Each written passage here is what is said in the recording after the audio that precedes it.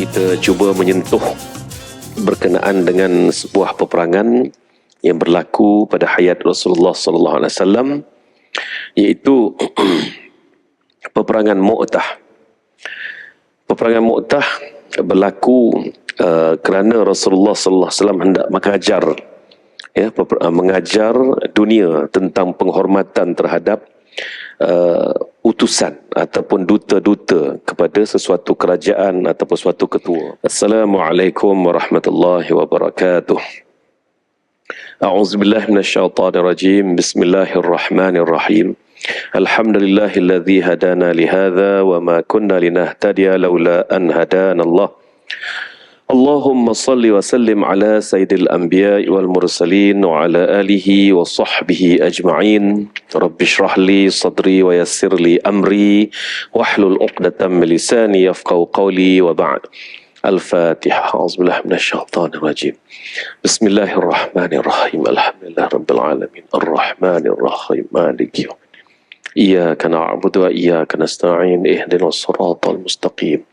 صراط الذين أنعمت عليهم غير المغضوب عليهم ولا الضالين آمين. بسم الله.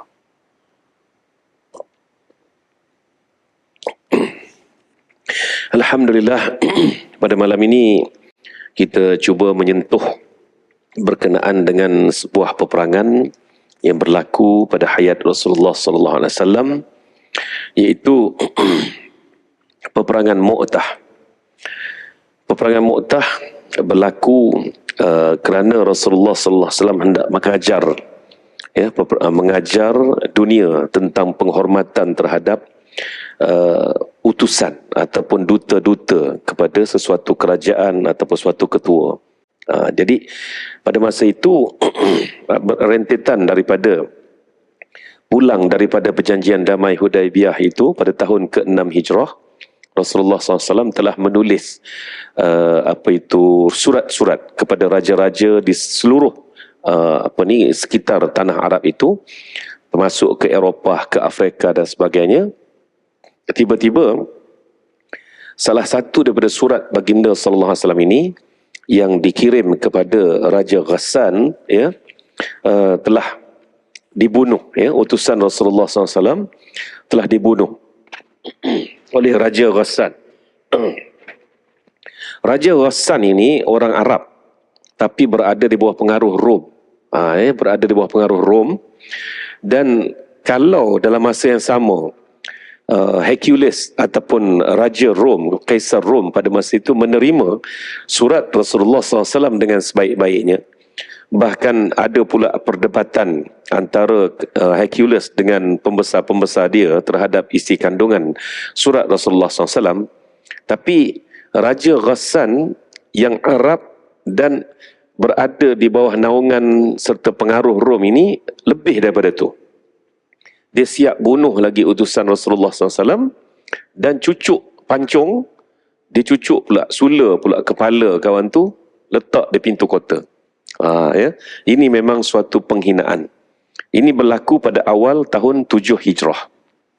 Rasulullah SAW tak dapat bertindak pada masa itu dengan segera kerana ada kekangan-kekangan yang tertentu.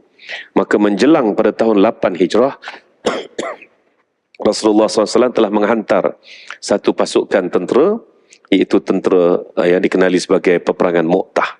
Itu cerita dia, dia punya kronologi dia. Jadi sebelum kita melihat kepada pengajaran-pengajaran, kita lihat apakah dulu dia punya intro dia ataupun muqaddimah dia. Rasulullah SAW menghantar 14 delegasi sebagaimana yang telah kita terangkan. Dan mereka semua kembali ke hadapan Rasulullah SAW dengan aman dan selamat. Jadi untuk first round, Nabi hantar 14 surat kepada 14 orang raja. Termasuklah Raja Bahrain. Raja Bahrain sekarang ni. Dan satu-satunya surat Rasulullah SAW yang dapat direkodkan dan berada di Museum Topkapi di Turki sekarang ini. Surat tu pun dah hancur, dah pecah-pecah, tapi diawet dengan sebaik-baiknya.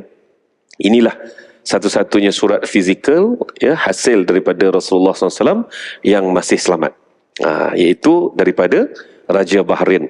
Raja Bahrain pada tahun tersebut bernama Munzir bin Sawa, ya. Munzir bin Sawa, dan mereka telah Islam sampailah ke hari ini, ya. Bahrain. Bahrain ni maknanya dua laut. Sebab negaranya kecil sangat, sekeliling itu laut kan. Itu Bahrain namanya. Selain daripada Bahrain, dekat dengan dia apa? Qatar. Tu pun kecil juga kan. Qatar ni kalau kita nak terjemah dalam bahasa Melayu ni setitis air, qatrun kan, setitis air. Betul lah, negaranya secoleknya negaranya gitu je. Jadi tapi kaya kan, dua-dua negara ni kaya, Allah kurniakan minyak. Jadi Raja Bahrain ini Islam sejak pada itu sampailah kepada hari ini, ya. Jadi tuan-tuan, 14 semua selamat melainkan satu sahaja yang mengalami masalah besar, iaitu Al-Haris bin Umair Al-Azdi radhiyallahu anhu, salah seorang utusan Rasulullah SAW yang membawa surat untuk negara Ghassasinah ataupun Ghassan tu tadi. Salah satu kerajaan besar Arab yang beragama Kristian yang berada di Segenting. Segenting ni maknanya penyambung, tanah penyambung antara semenanjung tanah Arab dengan tanah Syam. Jadi Segenting Ghassan itu memang merupakan sebuah kerajaan yang besar dan di bawah naungan Rom serta beragama Kristian. Negara ini letaknya berhampiran sempadan negeri Syam dengan jumlah pasukan tenteranya saja sekitar 200,000 orang. Masa tu 200,000 orang dah tentera, bayangkan. Kerajaan ini terbilang sebagai tali sempadan yang menjaga Romawi dari bangsa Arab, seperti pasukan Lubnan yang bertugas untuk mengawasi kewujudan Zionis pada hari inilah, ya. Jadi pada masa itu Lubnan pun sudah beragama Kristian. Sampai hari ini pun ramai Kristian di sana. Dan Lubnan ni pun lalang juga lah, kan? Gitulah senang cerita. Al-Haris bin Umair Al-Azdi sampai ke kerajaan Ghassasinah dengan membawa surat Rasulullah SAW. Dia hendak menghadap Raja Ghassan, namun dia disambut oleh saudara raja dengan pertanyaannya dengan keras, "Siapakah engkau?" Al-Haris menjawab, "Seorang utusan." "Engkau membawa apa?" lanjut saudara raja itu bertanya, dan Al-Haris pun menjawab, "Aku membawa sepucuk surat." Al-Haris sama sekali tidak mahu berbicara dan memberikan maklumat sampai dia dapat menghadap Raja Ghassan itu sendiri. Saudara raja memandang dan berkata kepadanya, "Bukankah engkau salah satu sahabat Muhammad?" Rupanya dia dah dapat maklumat. Al-Haris menjawab, "Ya." Saudara raja mengenali Al-Haris dari penampilannya yang bersih, bersahaja, berakal dan berketerampilan serta menunjukkan orang berilmu. Kita ni tuan-tuan, umat Islam ni kena ada satu keterampilan, ya. Seperti mana sahabat-sahabat Rasulullah SAW, orang tengok tu orang tahu dah ini orang yang madani, orang yang bertamadun. Maksud madani ni bertamadun, tuan-tuan, ya. Orang yang civilized. Dari kalimah Madinah jadilah madani, ya. Jadi penampilan tu ada, mukanya bersih, percakapannya tu terjaga, nampak orang berilmu, kan? Nampak orang berilmu, begitu, bukannya bengis, tidak, ya. Maka saudara raja tersebut mengikat dan memukul lehernya terus, tak sampai ke raja pun. Khabar itu sampai ke telinga Rasulullah SAW. Bahkan Rasulullah mendengar utusannya itu telah dibunuh, maka dia pun berseru, "As-salatu jami'ah." Setelah selesai salat Isya', para sahabat berkumpul dan Rasulullah SAW berdiri sambil berkata, maknanya sampai berita kematian Al-Haris bin Umair Al-Azdi ini kepada Rasulullah SAW, waktu macam sekarang ni, waktu dekat-dekat nak masuk Isya'. Terus Nabi pun sampai tu, terus as-salatu jami'ah, salatu jami'ah, maknanya mari solat berjemaah semua. Itu maksud salatu jami'ah tu, ya. Baik. Setelah selesai solat Isya', para sahabat berkumpul dan Rasulullah SAW berdiri sambil berkata, "Utusanku, saudara kalian Al-Haris bin Umair Al-Azdi telah dibunuh. Siapa yang beriman kepada Allah dan hari akhir, maka esok setelah solat subuh, hendaklah dia bersiap-siap untuk memerangi kerajaan Ghassasinah."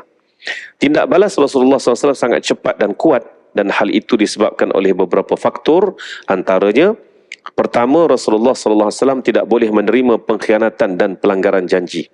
Ya. Yang kedua, Rasulullah SAW hanya menginginkan agar surat yang dia kirim dapat sampai kepada yang berhak, dan membunuh Al-Haris merupakan ketua bagi kabilah Arab untuk menyemarakkan masalah mengenai orang-orang yang menjadi utusan Rasulullah SAW. Jika Rasulullah diam, maka kewibawaan kaum muslimin akan hilang. Kerana itu harus ada tindak balas cepat yang boleh membuat seluruh Jazirah Arab mengetahuinya, dan Rasulullah SAW pun memerintahkan perang untuk mempertahankan kehormatan para utusan Rasulullah SAW. Kita tu maksud orang moden sekarang lah, sikit-sikit Convention Geneva kan. Sebelum 1300 tahun sebelum Convention Geneva tu, Rasulullah dah ada convention dah, bahawa utusan siapa pun tak boleh dibunuh, ya. Utusan tidak boleh dibunuh, duta ke tak boleh dibunuh, kan. Jadi ini yang manusia ni 1300 tahun kemudian barulah nak start buat Convention Geneva, kan. Sedangkan Islam telah mendahuluinya. Kena hormat duta. Bayangkan dalam pembukaan kota Mekah, apabila Abu Sufyan sedar bahawa perjanjian Hudaibiyah itu sudah terbubar, dia cepat-cepat pergi bertemu Rasulullah SAW seorang diri, bawa seorang pembantu saja. Masuk ke Madinah. Kiranya masuk ke lubuk orang Islam tu, kan. Dia ingat Rasulullah SAW tak tahu bahawa perjanjian itu telah terbubar kerana terma-termanya telah dilanggar, kan. Jadi dia pun nak cepat-cepatlah, nak potong trip lah keadaannya. Tapi Rasulullah dah tahu dah. Dia masuk jumpa Rasulullah SAW, ya, walaupun sebenarnya Rasulullah tu hakikatnya menantu dia, kerana Rasulullah berkahwin dengan Ramlah binti Abi Sufyan, ya. Tapi dalam hal ini Rasulullah melayan dia sebagai seorang duta lah. Datang. Dia keluar dengan selamat. Tak diusik tu. Bahkan dia siap memekik lagi kepada orang-orang Madinah sebelum keluar dari sempadan Madinah. Dia kata, "Hei orang-orang Madinah, dengarlah bahawa ketua kamu yang nak berperang. Aku datang ni dengan damai. Dia tak nak terima aku punya perjanjian baru."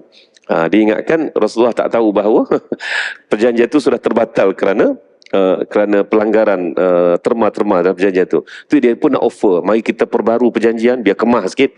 Rasulullah kata, tak, kami ni bangsa yang berpegang dengan perjanjian pertama. Jadi perjanjian pertama kata lah, kata tak mainlah nak buat nak overlap ni.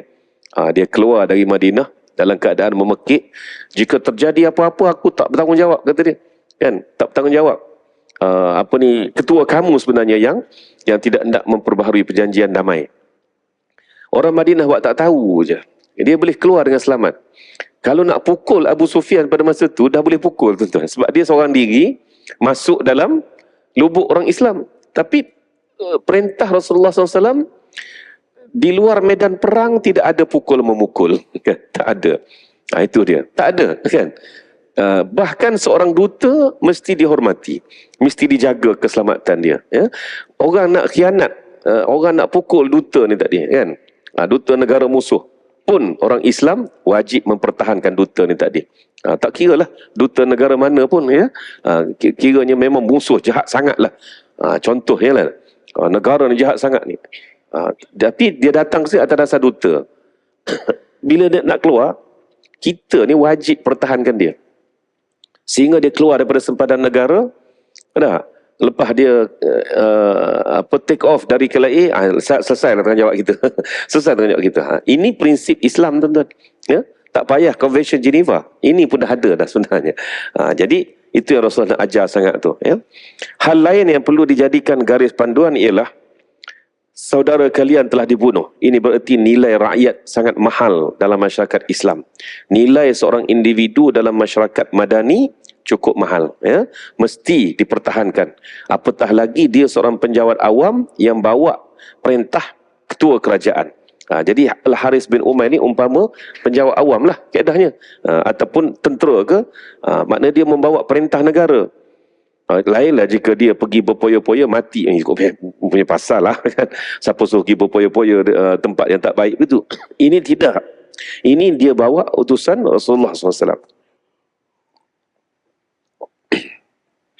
Yang keempat, orang yang dimuliakan oleh tanah airnya akan berkorban apa sahaja demi tanah airnya tersebut, seperti Al-Haris bin Umar.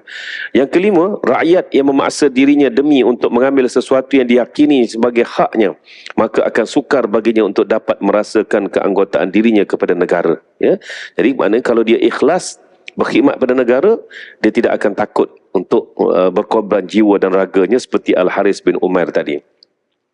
Yang keenam, manusia yang merasa tidak dihormati dalam negaranya, maka akan sukar baginya untuk menuntut dirinya supaya mahu berkorban demi negara tersebut. Jadi sebab itu semua kena ada jiwa hormat. Ya, kena ada rasa hormat dalam jiwa masing-masing, supaya apa? Supaya kita pun dapat melahirkan seberapa ramai rakyat yang sanggup berkorban untuk negara. Yang ketujuh, Rasulullah SAW menjunjung tinggi nilai seorang warga negara. Maka sebab itulah menuntut bela ke atas kematian Al-Haris adalah suatu kemestian. Yang ke-8, Rasulullah SAW berkata kepada dunia, kami adalah orang-orang yang mulia dan kami memiliki wibawa di antara kaum lain. Di mata dunia, kekuatan negara Ghassan hampir menandingi Romawi. Dia punya induk dia. Dan jarak antara Madinah dengan Jordan yang merupakan lokasi kerajaan Ghassan sekarang sekitar 1000 kilometer. Tuan-tuan, sekitar 1000 kilometer. Nah, itu dia. Walaupun penetapan waktu serangan adalah sebulan. Ya, maknanya dia mengikut kajian ini mengatakan sebulan proses untuk pergi berperang ni tadi. Dan Rasulullah SAW juga mengambil masa tempoh yang agak lama untuk mempersiapkan tenteranya. Kerana apa? Kerana jika dibuat serangan itu melulu, maka sudah tentu kekalahan kepada tentera muslimin. Begitu. Jadi sebab itu kena lihat dulu apakah kekuatannya dan sebagainya. Itu yang kajian itu, dan persiapan tentera pun sebulan. Baik, 200,000 tentera Ghassan. Tentera Ghassan ada 200,000. Agak-agak Rasulullah nak lawan dengan berapa? Rasulullah SAW membawa 3,000 orang pasukan dan mereka berangkat dalam keadaan bersatu bersama saudara mereka yang ingin menjadi syahid. 3,000 lawan 200,000. Ya? Aku akan melaksanakan, Rasulullah SAW bersabda kepada mereka, tetaplah di tempat kalian. Aku akan melaksanakan solat Jumaat dan akan kembali kepada kalian. Dan setelah Rasulullah SAW melaksanakan solat Jumaat, dia pun bergabung kembali dengan para pasukan. Lalu dia bertanya, di manakah Abdullah bin Rawahah? Ibnu Rawahah datang, maka Rasulullah SAW bertanya kepadanya, wahai Ibnu Rawahah, tadi engkau berada di mana? Rasulullah SAW marah dan berkata, bukankah kita telah sepakat untuk berangkat setelah waktu subuh? Ibnu Rawahah menjawab, wahai Rasulullah, aku terlambat datang kerana aku ingin menambah bekalan kebaikan, maka aku pun solat Jumaat bersamamu. Jadi Rasulullah suruh semua pasukan tentera ni, 3,000 orang ni duduk di perbarisan berkumpul. Okey, Rasulullah balik ke Masjid Nabawi. Biasanya perkumpulan ini berlaku di Uhud. Tuan-tuan, berlaku di Uhud. Sebab Uhud tu sempadan tanah haram dengan tanah halal. Jadi kat situ mereka ini dah nak menuju ke perjalanan 1000 km. Walaupun masih dalam tanah haram. Ya? Tapi Rasulullah kata duduk situ. Sehingga aku datang balik. Aku balik solat Jumaat dulu. Kenapa? Sebab rakyat yang tak pergi berperang ni mesti kena solat Jumaat. Kan? Mesti kena solat Jumaat. Jadi tentera-tentera pada hari itu subuh lagi Nabi dah suruh duduk kat situ. Jangan bergerak, kan? Jangan bergerak. Okey. Tiba-tiba Abdullah bin Rawahah ni tak ada bila Rasulullah datang. Rupanya dia balik solat Jumaat dengan Rasulullah SAW. Dia berlari balik. Walaupun pada masa itu solat Jumaat sudah tidak wajib untuk mereka lah. Gitu maknanya. Baik. Wahai Rasulullah, aku terlambat datang kerana aku ingin menambah bekalan kebaikan. Maka aku pun solat Jumaat bersamamu. Dan setelah itu aku keluar menuju para pasukan.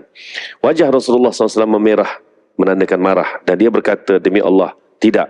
Wahai Ibnu Rawahah, sesungguhnya bersegera untuk berperang di jalan Allah adalah lebih baik dari dunia dan segala yang ada di dalamnya.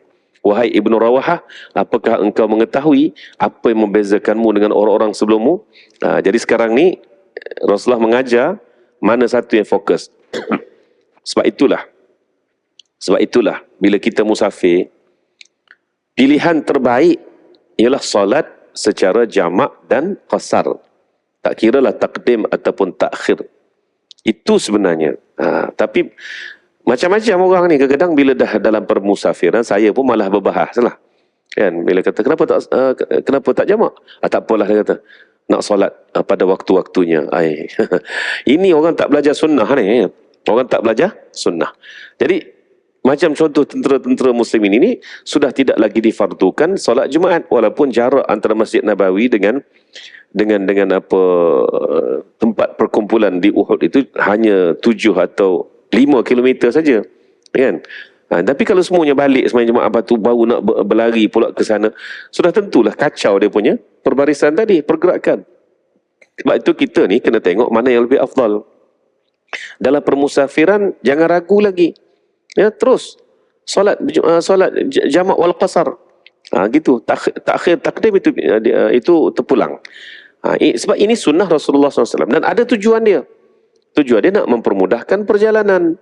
Begitu keadaannya. Jadi jangan pandai-pandai lah kita nak kata tak apalah nak berjemaah di tempat itulah apalah. Tak sampai maksud dia. Ada hikmah kenapa yang Rasulullah SAW suruh buat lagu tu. Ini suruhan Rasulullah, ya. Baik. Jadi untuk Abdullah bin Rawahah, Rasulullah soal kiranya keras soalan itu untuk tujuannya mendidik kita generasi kemudian tadi. Tahu kamu wahai Ibnu Rawahah, dan Ibnu Rawahah ni bukan orang lain tuan-tuan. Abang ipar Rasulullah. Abang ipar Rasulullah. Rasulullah hantik dia jadi panglima. Oh, mentang-mentang abang ipar jadilah panglima, kan? Tapi panglima pergi mati ni bukan panglima untuk bergoyang kaki, kan? Kena marah lagi, kan? Kena marah lagi. Begitu, ya. Kita kalau bekerja sepejabat, kalau tegur sikit bukan marah pun. Balik mengumpat kat rumah, kan? Tak sedar adik-beradik, sepupu sepapat lah, po ipa duai, kan? Ini yang sikap tak profesional umat Islam ni. Tengok macam mana Abdullah bin Rawahah kena marah dekat Rasulullah SAW. Dan ada dia kecil hati. Aku ni abang ipar kot, kan? Hormatlah sikit kot, kan? Tak ada, kan? Maknanya mengakui kesilapan itu. Maka Ibnu Rawahah menjawab, bezanya adalah dalam hal menyegerakan wahai Rasulullah. Rasulullah SAW menyanggah lagi dengan berkata, demi Allah bukan itu. Perbezaannya adalah bagai jarak yang jauh antara masyriqaini wal maghribaini. Maknanya antara timur dan barat. Ya? Okey, itu bezanya. Dengan kata-katanya ini, Rasulullah SAW seolah-olah berkata kepadanya, janganlah sekali-kali engkau terlambat dalam melaksanakan risalah, wahai Ibnu Rawahah. Ya? Sebab dengan terlambat itu mungkin boleh dimaafkan. Terlambat itu kerana tak apalah, first time lambat. Tapi kesan kepada lambat itu, itulah jaraknya. Dia akan jadi apa? Akan jadi besar dia punya mudarat dia, tuan-tuan. Kita jangan fikir dengan kita terlambat itu dalam menyahut seruan Allah Subhanahu Wa Taala atau apa sekalipun, maka tak apalah, ya, terlambat sikit je, masih dalam waktu maghrib lagi contohnya, kan? Ataupun tak apalah, waktu isyak ni kan panjang. Terlambat itu, kita tak nampak sebenarnya efek kepada terlambat itu banyak sebenarnya. Baik, sebab itu, solat terutamanya segerakanlah. Tapi seruan yang jihad yang lebih meliputi nak kata apa, umumnya itu yang lebih diutamakan. Sebab itu dalam hal solat jemaah tadi dia sudah tidak lagi diwajibkan. Oleh itu jamaklah, ya, solat tadi itu. Baik. Janganlah sekali-kali engkau terlambat dalam melaksanakan risalah, wahai Ibnu Rawahah. Itu maksud Rasulullah SAW, kerana dia akan menjarakkan, ya, dia akan menjarakkan seperti mana antara timur dan barat. Supaya ginilah tuan-tuan, supaya kita tak sensitif terhadap arah kiblat, kan? Ini nak cerita ni dalam konteks yang sama, tapi dia punya jenis dia lain.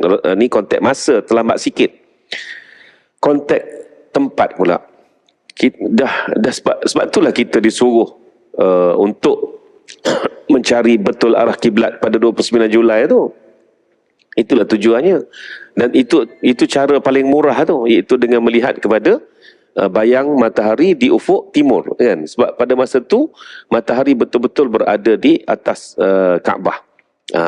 Maknanya Kaabah pada masa tu betul-betul waktu apa dia panggil, waktu dulu Syams, di makna waktu rembang, matahari rembang di Mekah, dan matahari itu pula terpancar kat kita kat sini pada waktu 5.17 minit pada 27 Julai kan, 27 Julai. Jadi kita pun carilah benda mudah je pun, tapi setengah orang tu dia selamba je.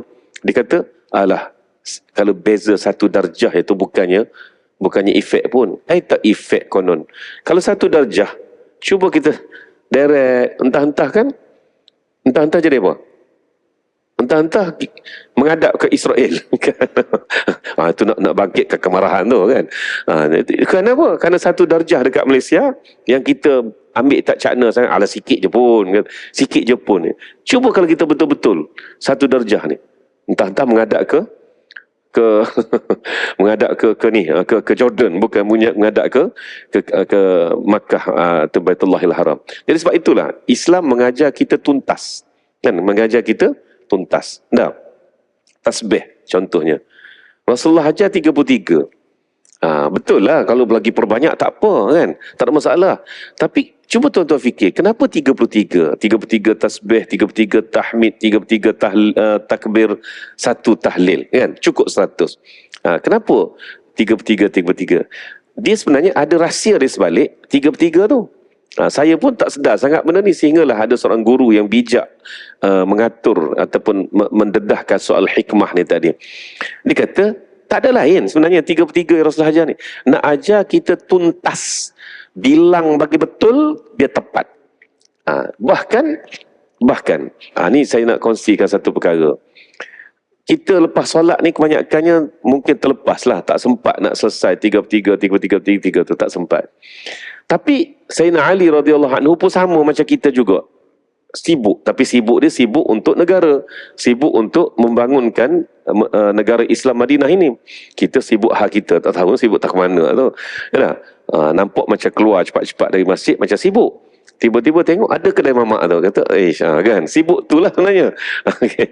Tak apa, itu sindiran biasa untuk kita semua, termasuk saya kan. Sayyidina Ali dia kata apa? Sejak Rasulullah SAW mengajar Fatimah supaya membaca 33 tasbih, tahmid, takbir sebelum tidur, aku amalkan tu tanpa miss. Sehinggalah ya, pada masa dia bercakap tu dia dah jadi khalifah. Maknanya dah hampir 30 tahun selepas tu. 30 tahun tuan-tuan. Ya. Kerana apa? Kerana tak sempat nak buat 33 setiap kali lepas solat, maka dia cover dekat tidur tuan-tuan ya. Dia cover dekat nak tidur. Ini amalan Sayyidina Ali radhiyallahu anhu ya. Jadi kenapa 33? Nak mengajar tuntas, bilang bagi betul, bilang bagi tepat. Kita pula tayin teringat, tayin rajin 35, 36 kan. Tengok ya. Lepas tu tayin tak rajin kadang-kadang tu 30 pun tak sampai, dah lompat dah. Ini akibatnya apa? Akibatnya kita tidak melatih diri kita menjadi tepat dan tuntas. Gitu kan. Baik. Wajah Rasulullah SAW memerah manakala Abdullah bin Rawahah menangis dan berkata, demi Allah, aku tidak menemui sesuatu yang dapat menghapus kemarahan Rasulullah SAW kecuali aku mati dalam keadaan syahid. Berani bercakap. Nak pergi berperang Dalam perang kali ini, Rasulullah SAW tidak ikut serta. Bukan kerana dia sakit atau usianya yang semakin tua. Sebaliknya, dia ingin mengajar kepada para sahabat mereka agar menjadi orang-orang yang bertanggungjawab atas tugas risalah Islam. Selain itu, agar mereka tidak bersandar kepada Rasulullah SAW untuk selama-lamanya. Biasanya kalau perang seberat ini, Rasulullah akan pergi. Ya, akan pergi. Terutama contohnya selepas daripada peperangan ini, ada satu lagi peperangan besar, namanya Peperangan Tabuk. Peperangan Tabuk berlaku betul-betul di wilayah Ghassan tadi tu. Yang ini dia pergi sampai ke Jordan ya. Yang ini di Segenting tu. Di Segenting itu dan sampai di Tabuk. Tabuk dengan Madinah jarak 800 km. Ghassan dengan Madinah jarak 1000 km. Bayangkan ya. Rasulullah pergi lepas tu. Tapi yang ini Rasulullah tak pergi. Walau perang tu sama-sama besar aja. Kenapa? Sebab nak mengajar nanti kamu akan berperang tanpa aku apabila aku sudah tidak lagi berada di dunia fana ini. Okey, azan. Baik.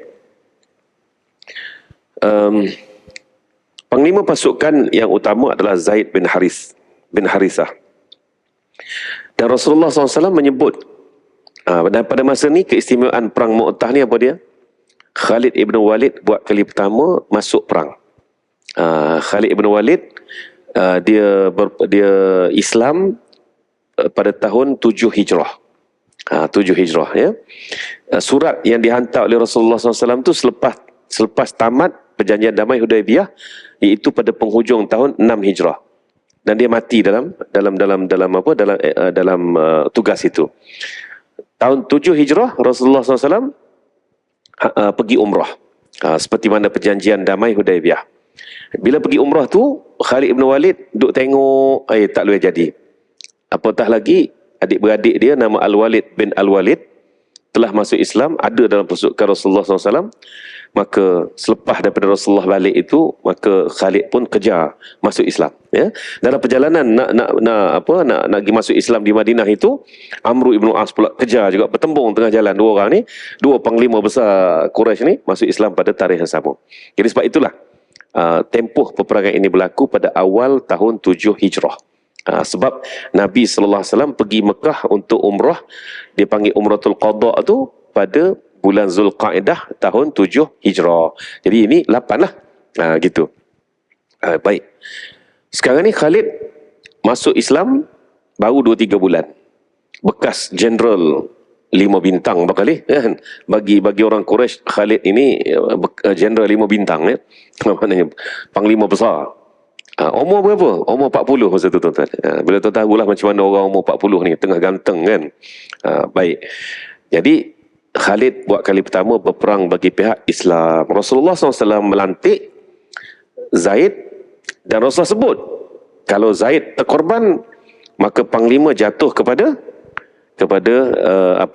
Ja'far bin Abi Talib, sepupu dia.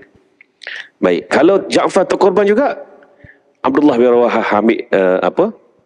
ambil ganti. Tiga-tiga ni berkait dengan Rasulullah SAW. Ni kroni ni kroni Rasulullah ni kan. Zaid anak angkat, Ja'far sepupu, Abdullah bin Rawaha abang ipar kan. Kroni saja, bagi panglima ke kroni saja. Ni kroni bagi mati tuan-tuan kan. Itu dia, bukan kroni bagi projek ni, tidak kan. Itu dia. Jadi apabila Rasulullah sebut jika dia tak main jika ada Rasulullah ni, dia mesti jadi dah tu, jadi sungguh. Masya Allah ya. Maknanya tiga-tiga orang ni akan syahid lah. Dan Rasulullah SAW kata, jika Abdullah bin Rawaha juga terbunuh, maka gantilah dengan siapa yang kalian kehendaki. Dan ada orang yang mengawasi pembahagian itu.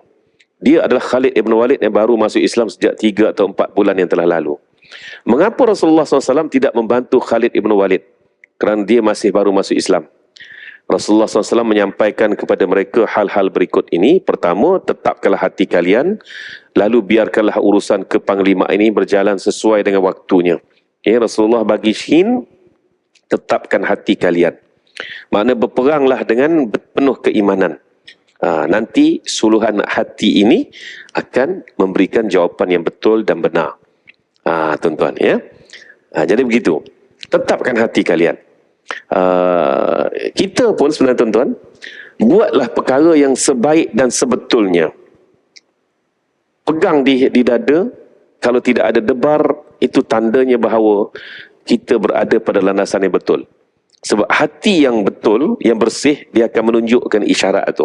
Ini memang psikologi pun ada kan. Islam pun dah ajar. Fa'alhamaha fujuraha wa taqwaha. Allah bagikan hidayah. Asalkan buat betul sungguh. Jadi kalau berdebar juga benda betul, itu tanda apa? Tanda penakut lah tu kan. Tanda penakut kan. Okey. Kalau buat tak betul, memang buat mungkar sungguh kan, tapi hati tak berdebar, relax, itu maknanya pembohong nombor 1. Maknanya pengkhianat nombor 1 lah tu. Na'udzubillah min zalik tuan-tuan ya. Jadi hati ni memang tempat suluhan Allah Subhanahu Wa Taala. Jadi sebab tu Nabi kata tetapkan hati. Lepas tu urusan kepanglimaan nak lantik ni, biarlah berjalan seiring waktunya. Sebenarnya Rasulullah dah bagi hint dah. Dah bagi hint dah kat situ. Rasulullah tahu orang yang selayaknya ialah Khalid. Ialah Khalid. Tapi Rasulullah tidak akan mudah beri kepada Khalid. Sebab pertama, Khalid baru masuk Islam.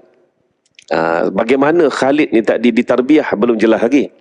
Kan, sebab tu Rasulullah sebut adalah soal hati tadi tu. Yang keduanya, kalau Rasulullah SAW lantik Khalid terus, panglima keempat adalah Khalid contohnya, bermakna dekat situ, kat sini tuan-tuan ya, siapa bawa Islam maknanya, ataupun kita ni gini, soalannya gini, kalaulah Rasulullah lantik Khalid terus, adakah Islam menumpang Khalid ataupun Islam memandu Khalid? Kalau Islam menumpang Khalid, maknanya marilah beberapa panglima, mari kan. Kita lantik panglima juga di sini. Itu maknanya dah jadi material, dah jadi kebendaan sebenarnya. Ya. Tapi kalau Islam menunjuk mentarbiah Khalid, biarlah Khalid naik dengan apa? Dengan iringan waktu yang betul dan tepat. Dan yang ketiga, tuan-tuan ya, yang keempat, Allah Ta'ala dah sediakan kemuliaan Khalid ini. Dia tidak naik pangkat di istana, dia tidak naik pangkat di dalam upacara khas, tidak, tapi dia naik di medan. Naik di medan dalam keadaan orang memang memerlukan dia pada masa itu. Sebab tu strategi sirah Rasulullah SAW ni kita kena kaji. Kita kena kaji baru keluar jawapan-jawapan macam ni, kan? Baru kita keluar kenapa macam ni. Jangan baca sirah tu baca cerita, tidak. Kita baca dalam fiqh, kita baca dalam kefahaman. Dan ternyata pergilah berperang. Pergi berperang 1000 kilometer. Tuan-tuan, tenaga dah tinggal berapa? Dah tinggal sekerat dah, tuan-tuan. Lepas tu dah lah pergi berperang 1000 kilometer. Sampai dekat sana, mereka dapat berita pula bahawa tentera-tentera Hercules turun melawat Jordan. Turun melawat Jordan ataupun Ghassan pada masa itulah ya. Pada masa itu dia tak dikenali sebagai Jordan lagi lah. Urdun ni sebatang sungai sebenarnya. Nama sebagai Urdun, nama dalam bahasa Arab. Jordan tadi. Ya. Jadi kerajaan itu bernama Kerajaan Ghassan. Jadi tuan-tuan, Hercules setiap tahun dia akan turun secara berjalan kaki dari Jordan tu menuju Baitul Maqdis. Ya. Dia dari Rom dia turun dengan gerombolan tentera besar-besaran berkenderaan, tapi bila sampai di Jordan dia akan mula berjalan kaki menuju ke Baitul Maqdis. Ini dipanggil sebagai pilgrimage. Maknanya apa? Menunaikan haji lah kaedahnya, umpama gitu. Jadi bila dia turun, dia bawa sekali 100,000 tentera lagi, tuan-tuan. 100,000 tentera lagi. Dan apabila mengetahui tentera muslimin dah sampai ke Ghassan di suatu tempat bernama apa nama tempat dia tu? Allah SWT terlupa dah, ya. Dia tempat itu bila sampai, maka tentera muslimin pun mula bermesyuarat. Apa kita nak buat? Gerombolan tentera bertambah ni. So, mesyuarat. Bila mesyuarat, minta bantuan tambahan. Maka dalam bincang-bincang mereka kata apa? Tentera muslim ini, ya. Kalau kita minta bantuan tambahan, kita berjalan ni pun dah sebulan lebih. Dah sebulan lebih dah nak sampai ke 1000 kilometer ni, kan. Dah sebulan lebih dah. Dengan penuh payah dan sebagainya. Lepas tu nak sampai utusan kepada Rasulullah SAW sebulan pula. Lepas tu Rasulullah nak persiapkan tentera sebulan pula. Dah berapa? Dah 3 bulan.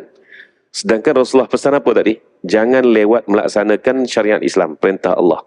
Bermakna Rasulullah suruh kita pergi. Dan mereka ini, tuan-tuan, membuat keputusan, ya, ketiga-tiga panglima tadi, Rasulullah tahu apa yang dia suruh kita buat ni. Ini solid punya hormat dan patuh kepada ketua. Rasulullah tahu ni, ya, apakah yang dia suruh kita buat ni, Rasulullah tahu. Oleh itu jalan saja. Jangan kita duduk tangguh-tangguh lagi. Maka tuan-tuan, benar seperti jangkaan, 3,000 tentera bertembung dengan 200,000 orang tentera lebih. Hercules pula tak pasal-pasal, dia bagi sokongan dekat Raja Ghassan. Masuklah lawan tentera muslimin. Hercules duduk tengok saja, kan. Jadi tuan-tuan, silap strategi Hercules tu, maruah dia jatuh bila tentera raja yang begitu besar beri bantuan tentera on the spot untuk lawan sekumpulan tentera yang 3,000 ciput je tuan-tuan. Tapi tak menang masalah. Kalau menang pun orang akan pelekeh. Alah, bersatu punya kerajaan lawan 3,000 tentera, padalah menang pun kan. Bukannya apa pun. Jadi maruah dia tak terfikir masa tu. Sedangkan Rasulullah SAW ni politiknya tu sudah jauh ke depan. Sudah jauh ke depan. Apatah lagi tentera-tentera muslimin ini tak kalah sebenarnya. Hanya 12 orang sahaja yang mati syahid dalam peperangan yang cukup hebat, yang tak seimbang langsung dari segi jumlah ni tadi. Ya. Jadi bila dah mati ketiga-tiga tentera ini, tiga-tiga panglima ini mati syahid, maka pada masa inilah umat Islam bermusyawarah dan sebulat suara melantik Khalid ibn Walid sebagai panglima. Buat kali pertama dia menjadi panglima kepada tentera muslimin dan dilantik pula dalam medan perang. Itu hebat Khalid bin Walid. Baik, setelah dilantik, maka tuan-tuan dan puan-puan muslimin sebaik rahmat Allah, Khalid mula main strategi. Khalid mula main strategi. Okey, dia kata tentera barisan depan ke belakang, tentera belakang ke depan, yang tak cedera lagi ni, sebab di belakang masuk ke depan. Tentera sayap kanan ke kiri, sayap kiri ke kanan. Jadi bunyi nampak tu macam pergerakan hebat sangat. Tentera-tentera Ghassan dengan tentera Rom pun mula gelabah dah. Dia kata, apa hal dia orang ni kan? Tentera bantuan dah sampai lah tu kan. Dan Khalid pula, dia tahu dah kalau dia lawan pun tak menang. Tak menang, tuan-tuan.